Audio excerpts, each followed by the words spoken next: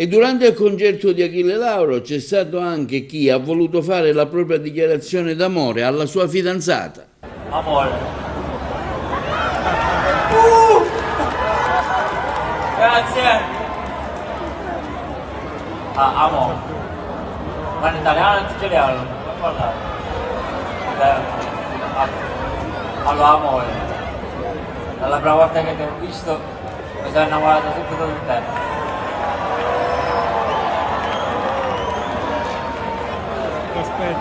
Sto pensando sempre e finalmente siamo assieme. Lo vuoi sposare?